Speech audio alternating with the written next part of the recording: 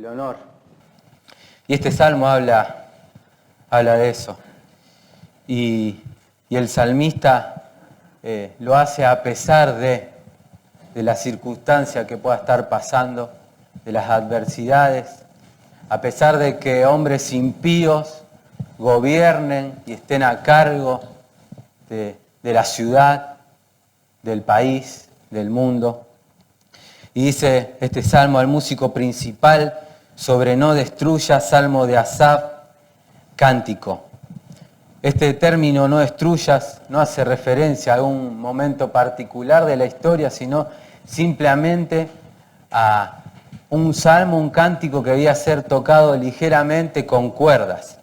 Sí sabemos que es de Asaf y este salmo, primero tenemos una pequeña introducción de quién era Asaf. Él era director del coro en el templo en la época de David. Por él fueron escritos 12 salmos, desde el 73 al 83 y el 50. Y en 2 de Crónicas 29-30 se le llama también profeta. En 2 de Crónicas 25, del 1 al 6, dice que era un hombre de visiones. Y también en el libro 2 de Crónicas dice que profetizaba con el arpa para David.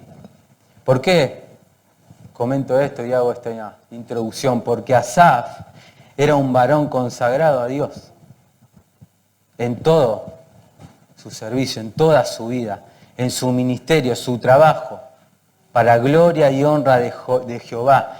Y claro que podría ser cualquiera de nosotros, si es que eres un hijo de Dios, si es que has creído en Jesucristo como tu Señor y Salvador. Él te ha comprado por el precio más sangre, su sangre derramada en la cruz. Y también debes consagrar tu vida a tu Señor y Salvador. A este Cristo que muchos tienen como solo su Salvador y no su Señor. Pero no así para los que realmente entienden que Él es digno de toda gloria y honor y que no ha comprado con el precio más alto. Hubo un momento en la vida del salmista que por poner su mirada en la vida de los impíos, de los incrédulos, en la prosperidad de ellos, fue seducido y lo hizo caer en tristeza, en desánimo y en envidia. Y pudo llegar a tener sentimientos opuestos, totalmente opuestos a Dios, a lo que Él es.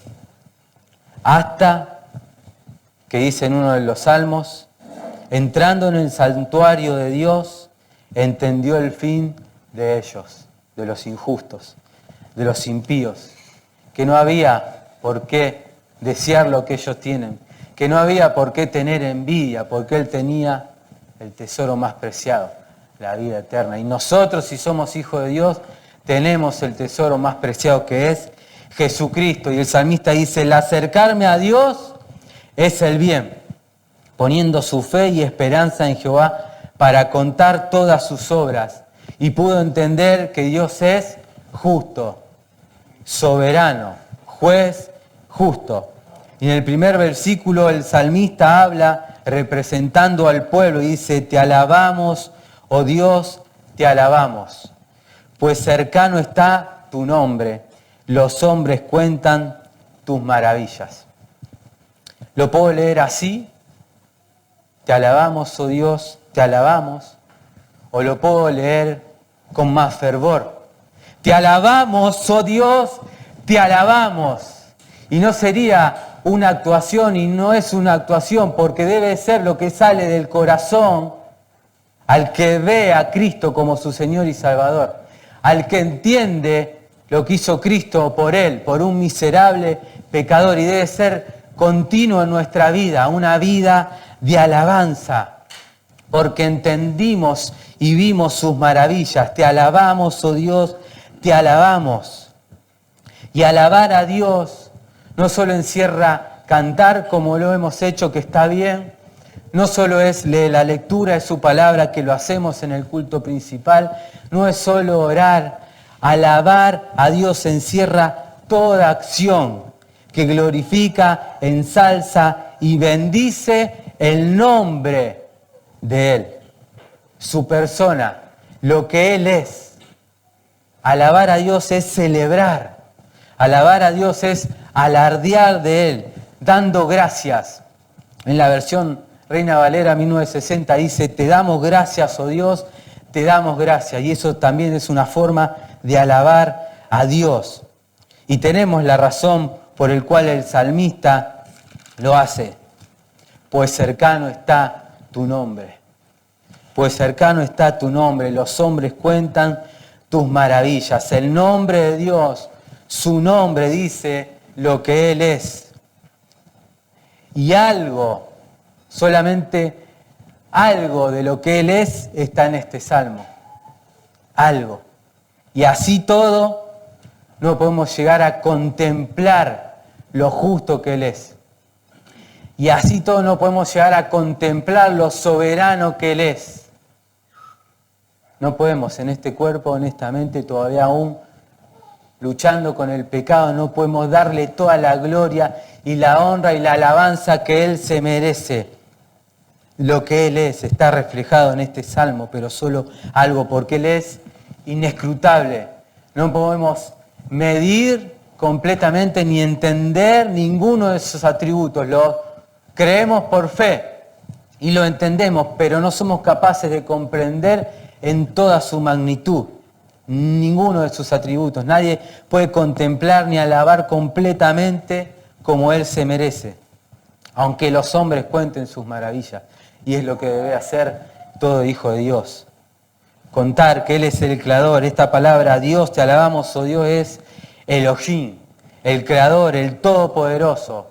Y debemos contar sus maravillas, debemos contar que Dios es sabiduría, Romanos 11, que Él es fuego consumidor, celoso, Deuteronomio 4:24, Dios es santo, Primera de Pedro, Dios es espíritu, Juan 4:24, Dios es inmutable, Malaquías capítulo 3, omnipotente, omnipresente, lo sabemos, pero somos incapaces de darle la gloria que Él se merece. Por tanto, así todo, hermanos, por tanto, a Él, Rey de los siglos, inmortal, invisible, al único sabio, Dios sea honor y gloria por los siglos de los siglos. Amén. Ahora, como hijos de Dios, es nuestro deber alabarlo. No es una opción. No es una opción, es nuestro deber. Pero para eso tiene que estar cerca. Para eso tienes que tener comunión con Él. Dios no está lejos. Dios no está lejos. Ni de sus hijos, ni de los incrédulos. Dios mira desde el cielo, hemos visto Salmo 14, para ver si hay alguien con sabiduría en la humanidad que busque a Dios. Y la respuesta es nadie. Todos se desviaron. Aún se hicieron inútiles, hacen cosas abominables. Y nosotros no las hacemos, si es que has creído en Cristo como tu Señor y Salvador, solo porque Él se acercó a ti, por su gracia y misericordia. La pregunta es, ¿alabas a Dios? Porque sobran los motivos, las razones para alabar, para dar gracias. El solo hecho de despertar hoy en sano juicio, de vestirte solo, trabajo, protección, el pan de cada día, aún cuando no somos conscientes, Dios está presente. Pero la mayor razón para alabarlo es su cercanía, de Él hacia su pueblo, su fidelidad, que lo vemos en la Escritura, en liberaciones pasadas, y lo vemos cada día continuamente en nuestra vida, dándonos el pronto auxilio. Yo soy Jehová, dice el Señor, que te saqué de tierra de Egipto, de casa de servidumbre, de mano de Faraón. Jehová tu Dios te escogió para hacerle por pueblo especial, más que todos los pueblos que están en la tierra, no por ser vosotros más que todos los pueblos os ha querido Jehová y os ha escogido, pues vosotros erais el más insignificante de todos los pueblos. Dios está diciendo, yo gobierno. Dios está diciendo, yo soy soberano. Y todo lo que hago tiene un fin determinado. Mi gloria, mi voluntad. Y como libró el pueblo de Israel milagrosamente de la esclavitud de Faraón, de Egipto, haciéndolos pasar por el mar en seco, el mar rojo, libró a su iglesia, libra a sus hijos y libró a su pueblo del mayor castigo, el infierno. Lo hizo contigo, si es que has creído en Jesucristo. Él te dio vida cuando estabas muertos en tus delitos y pecados. Él te dio la fe. El Espíritu Santo obró en tu corazón, te convenció de juicio y de pecado, para que creas, para que te arrepientas. Él te salvó no por obras de justicia que ninguno de vosotros hubiese hecho, sino por su pura voluntad. Y por ese motivo puedes estar cerca de Dios, porque eras enemigo de Dios, ajeno de las cosas de Dios, apartado de Dios, sin tener en cuenta a Dios. Y por ese motivo podemos experimentar cada día, cada momento, aun cuando no somos conscientes ni nos damos cuenta, que cercano está su nombre. ¿Qué más? ¿Qué más para despertar en ti, en nosotros, en su pueblo, en su iglesia? Alabanza. Gracias continuas, repetidas, no solo de labios, sino con tu vida, entregándote a Él, a su obra, caminando en santidad y justicia todos nuestros días, en gratitud y alabanza, que es un deber del cristiano, del Hijo de Dios, pero también un privilegio inmerecido, que no tienen todos, que Dios sea su Padre, el Todopoderoso, el Creador de todas las cosas, que sostiene, dirige y dispone y gobierna todas las criaturas, desde la más grande hasta la más pequeña. Nada, absolutamente nada es azar o suerte. Nada es azar o suerte para el cristiano. Dios está en control. Y en cuanto a los malvados, a los incrédulos, a los impíos, Dios como juez justo los deja y entrega a sus propias concupiscencias, a sus tentaciones en el mundo, bajo el poder de Satanás, para un día juzgarlos por Jesucristo y darles el pago que merecen. El pago que tú y yo merecíamos. Versículo 2. Cuando yo señale el tiempo oportuno, juzgaré rectamente. Se arruinaban la tierra y sus moradores. Yo sostengo sus columnas, Selah.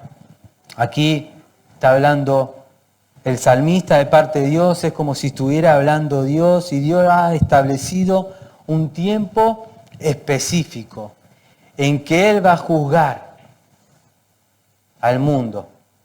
Un tiempo oportuno, y no es como la justicia terrenal de los juicios que podemos ver en la Corte Suprema o en películas o que alguno haya pasado. La Corte terrenal, los juicios terrenales suelen ser injustos, tardíos, tanto para el inocente como para el culpable. Para todos es injusto, tanto para el culpable como para el inocente, pero con Dios no va a ser así, porque Él es el Dios juez justo y ha establecido un tiempo específico en el que va a juzgar, y es el momento correcto, aunque nosotros no lo entendamos, y lo va a hacer rectamente, no como un juez terrenal, lo va a hacer sin falla, va a ser imparcial. va a ser imparcial. Recordemos que en los salmos hay poesía y figuras y el autor usa este tipo de versos, y cuando dice: se arruinaban la tierra y sus moradores, yo sostengo sus columnas, no está hablando más que el caos que vemos hoy y que hemos visto a lo largo de la historia, y cristianos han pasado, hombres, reyes, líderes levantándose en contra de Dios, enfrentando a Dios, diciéndole al pueblo de Dios: ¿dónde está tu Dios? ¿Dónde está tu Dios? Pero sabemos sus hijos que Él está en control, solo está esperando determinar el fin. Mientras sus hijos esperan confiados porque Él sostiene sus columnas. Nada está ajeno de Él, ni de sus planes, ni de su voluntad, nada de lo que pasa en este mundo, absolutamente nada, ni el COVID, ni el dólar, nada, absolutamente nada. Él está en control. Los incrédulos, los malos, los impíos, los que no tienen a Dios, quieren hacer cargo a Dios y culpar a Dios de la maldad que hay en el mundo, de la perversidad, por todo el mal, pero lo hacen porque no reconocen al juez justo, porque no pueden ver su pecado. Culpan a Dios por las guerras, culpan a Dios por los chicos desnutridos, por un accidente de tránsito, por todo lo malo, porque ellos son insensatos, tontos, dice la Biblia. Y a Dios, a ellos también les habla. Versículo 4. Dije a los insensatos: no os infatuéis, y a los impíos: no levantéis el cuerno.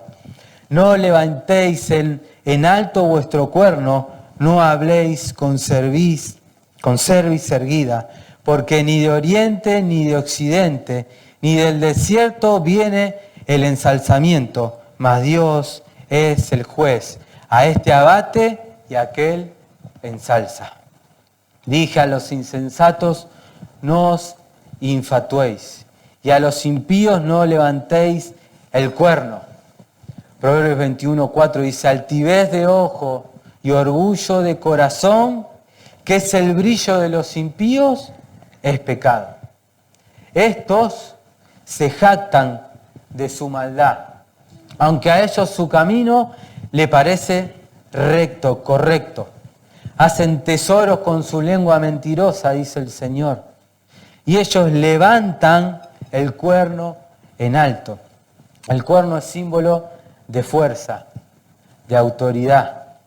También en tiempos antiguos un cuerno se podía usar como bocina para alertar el ataque del enemigo o avisar a su ejército que iba a atacar. Y esto es lo que hacen ellos con cuello erguido. Anuncian sus maldades libremente. No tienen temor de Dios. Si es necesario, con altavoces. Y así muchas veces hacen los incrédulos. Conscientes atacan la verdad de Dios, su palabra, creyendo que son capaces de estar en control de algo. Y lo cierto es que de ningún lado viene el ensalzamiento, solo de Dios. El Señor es el que hace salir el sol sobre justos e injustos, y todo depende de Él, no de la fuerza humana, ni de la habilidad, ni de la destreza o recursos, ni fuerzas militares de un país, porque Él, al que quiere abate y al que quiere ensalza. Y esto no solo se aplica para los injustos y los pecadores, sino también para los creyentes. Dios resiste a los soberbios y da gracia a los humildes. Humíllate delante del Señor y Él os ensalzará. La persona soberbia se siente superior, y podemos caer en eso. creernos que somos algo, creernos que Dios nos necesita para cumplir su propósito, su plan. Dios no me necesita y no necesita. Si nos llama a alabarlo, si nos llama a darle gloria, pero Él igual cumplirá su propósito. Él igual cumplirá su propósito, pero la persona soberbia se siente superior, menosprecia a los demás, sus logros, entre comillas, sus conocimientos, le hacen andar con el cuello erguido. Y si los incrédulos se resisten a la convicción del pecado, desprecian la advertencia de Dios que un día Él va a juzgar rectamente, olvidando completamente y dejando de lado al Creador y que todo proviene de Dios, que todo es por gracia y misericordia, creyentes. Debemos entender eso, todo es por gracia y misericordia. Un día podemos estar aquí y otro día aquí. Porque no depende del que quiere ni del que corre, sino de Dios. Al que quiere ensalza y al que quiere humilla. La soberbia se opone a Dios, a su ley, y no estamos exentos de eso. Y lo único que hace la soberbia es anticipar la caída, el ser abatido. Y el orgullo de los incrédulos es la razón del pecado. Desde el huerto del Edén vemos que el orgullo hizo caer en pecado a Adán por querer ser como Dios. El orgullo arruinó al rey Saúl. El orgullo sacó a Nabucodonosor de su trono y lo expulsó de su palacio al campo, a estar con las bestias. El orgullo expulsó al ángel lucero del cielo. Hoy Satanás, porque Dios al que quiere abate y al que quiere humilla. Y aunque hay una advertencia de Dios para los soberbios, orgullosos, ellos siguen en su maldad y les espera un castigo sin excepción. Versículo 8. Porque el cáliz está en la mano de Jehová y el vino está fermentado, lleno de mistura, y él derrama del mismo. Ciertamente sus heces apurarán y beberán todos los impíos de la tierra. Porque el cáliz está en su mano, en la mano de Jehová, y el vino está fermentado, lleno de mistura, y él derrama del mismo. El castigo de los impíos es de Dios. Pero hay por allí una mala y grave enseñanza que representa a Dios incorrectamente, solo como compasivo, solo como paciente, como amor y perdonador, ignorando, dejando a un lado su santidad y su justicia. Perdona, sí también, pero es justo y también castiga. Y no tendrá por inocente al culpable. Hay una ira en Dios, una ira santa. No es una ira, un sentimiento vengativo como puede tener el hombre, o como suele tener el hombre, sino que Él ha determinado castigar, enviando al infierno eternamente al que desprecia, rechaza y quebranta su ley y rechaza el Evangelio. Dios en su mano, dice el salmista, tiene una copa, un cáliz, que no es de bendición como la que vamos a celebrar hoy, recordando al Señor Jesucristo. Es de juicio máximo, fermentado, está hirviendo. Toda la copa que Dios ha llenado se derramará por fin sobre los malos, Viento abrasador será la porción del cáliz, fuego y azufre, dice la Escritura. Los impíos, los que desprecian el Evangelio, su sacrificio en la cruz, todos ellos recibirán la ira de Dios justa. Romanos 2 dice, pero sabemos que el juicio de Dios es según verdad contra todos los que hacen tales cosas. Y piensa esto, hombre que juzgas a los que hacen tales cosas y hacen lo mismo, ¿que tú escaparás del juicio de Dios? ¿O menosprecias la riqueza de su benignidad y paciencia y longanimidad, ignorando que la benignidad de Dios te guiará al arrepentimiento? Mas por tu dureza y por tu corazón no arrepentido, esa es la causa. Atesoras para ti mismo ira, para el día de la ira y de la revelación del justo juicio de Dios. Vida eterna para uno, tribulación y angustia para otros. Mientras tanto, mientras llega ese día, mientras sus hijos esperan que Jesucristo vuelva, dice el salmista, yo lo anunciaré. Siempre cantaré salmos al Dios de Jacob, versículo 9. Mas yo lo anunciaré, siempre cantaré salmos al Dios de Jacob, a Dios de Jacob. La alabanza y gratitud del salmista viene de saber que Él es uno a los que Dios va a exaltar a su debido tiempo y no a condenar. Y eso es una maravilla de Dios que debemos contar. El mundo necesita escuchar. Dios es amor, ¿sí? Dios es misericordioso, sí. Paciente para con todos, no queriendo que ninguno perezca, sí, pero también es justo. Y hay un día que va a juzgar a todos sus meradores. Y no hay posibilidad ni poder para salvarse. Solo la fe en Jesucristo.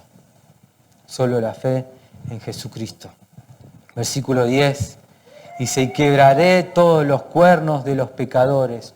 Los cuernos del justo serán ensalzados. Pero los cuernos del justo serán ensalzados. El poder del justo, está diciendo el salmista. El poder del justo será engrandecido. Y el poder del justo no es más que su fe puesta en Cristo, en su sacrificio en la cruz, porque no hay poder para salvarnos. El que está justificado por la sangre de Cristo. El poder del justo es la fe en la resurrección de Cristo, en que Él un día volverá a buscar a su iglesia. El poder del justo es haber experimentado la justicia de Dios, haciéndola propia, poniendo su fe en Cristo. Y esa forma, que es la única, a librarse de la ira venidera. Mis pecados ya fueron juzgados en Cristo, en la cruz. Y hoy recordamos la cena del Señor, el día que Jesucristo vino y pagó el precio del castigo que yo merecía, que tú merecías, si has puesto tu fe en Jesucristo. Ese mismo Cristo volverá por segunda vez, pero para juzgar con toda autoridad. Vida eterna a los que se han arrepentido de sus pecados. Y muerte eterna separado de Dios en el lago de fuego a los arrogantes pecadores que niegan a Cristo. Que a alta voz, con orgullo dicen, no necesito ningún Salvador. Hermano, este es un salmo de agradecimiento. Aún en tiempos difíciles, aún en tiempos donde vemos caos, aún en tiempos donde vemos que la maldad florece, la arrogancia y la injusticia prevalece, hombres perversos, corruptos, creyendo tener el control. Pero nosotros, sus hijos, sabemos que no es así. Que Dios es juez justo, que Él sostiene las columnas de este mundo, que Dios reina, que Él está cercano. No hay motivos ni para quejarnos, ni para envidiar al impío. Él está presente con sus hijos. Sabemos que los que aman a Dios, todas las cosas le ayudan a bien, y la mayor prueba es su iglesia, que prevalece su remanente, su remanente. A raíz de lo escuchado, hermano, no te jactes en nada, mucho menos en la salvación. Porque lo vil y menospreciado escogió Dios. La salvación es de Jehová. El que se gloría, lo voy a hacer en el Señor.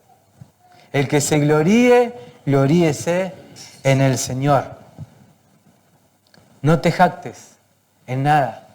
Toda buena dádiva y todo don perfecto desciende de lo alto, del Padre de las luces. Y el Padre de las luces es el Creador, Elohim, el Todopoderoso.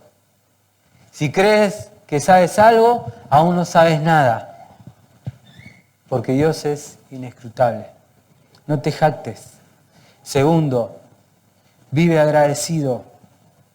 Vive agradecido no por lo que Él te da en lo terrenal, porque eso es efímero, pasajero.